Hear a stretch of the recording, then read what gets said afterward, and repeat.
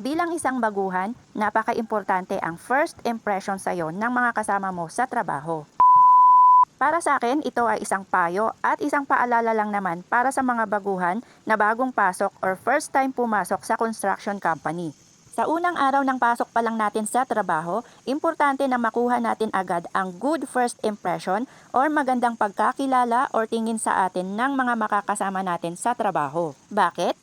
Dahil kung sa unang pasok pa lang natin sa trabaho, nakitaan na tayo ng angas at yabang ng mga kasama natin, asahan din natin na hindi rin tayo pakikisamahan ng maayos. At dahil inunahan natin sila ng yabang, malamang wala din gustong magtuturo sa atin ng mga dapat pa nating malaman sa trabaho bilang baguhan. Kaya kung helper ka pa lang at nayabangan na sila sa'yo, baka kawawain ka pa at hindi ka nila tuturuan. At kung baguhang skilled ka naman, baka iwanan ka na lang mag-isang magtrabaho or imbis na turuan ka pa ng mga techniques sa trabaho para mas lalong ma-improve at gumaling ka pa sa trabaho, hahayaan ka na lang mag-isa at hindi tuturuan.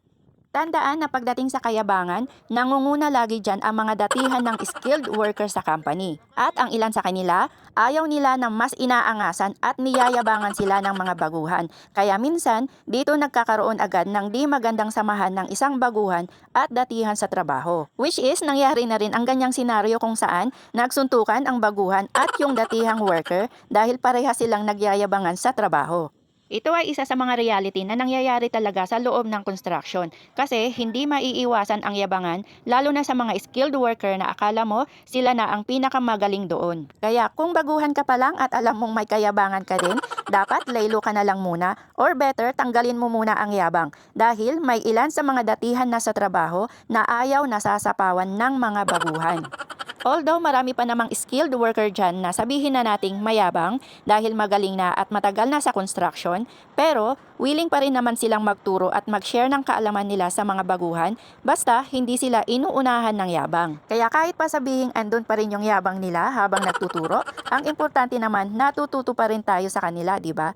Kaya napaka-importante pa rin ang pagiging humble at marunong makisama lalo na kapag baguhan ka pa lang sa isang construction company. So, yan ang konting tips ko lalo na sa mga baguhan at first time mag-apply bilang construction worker.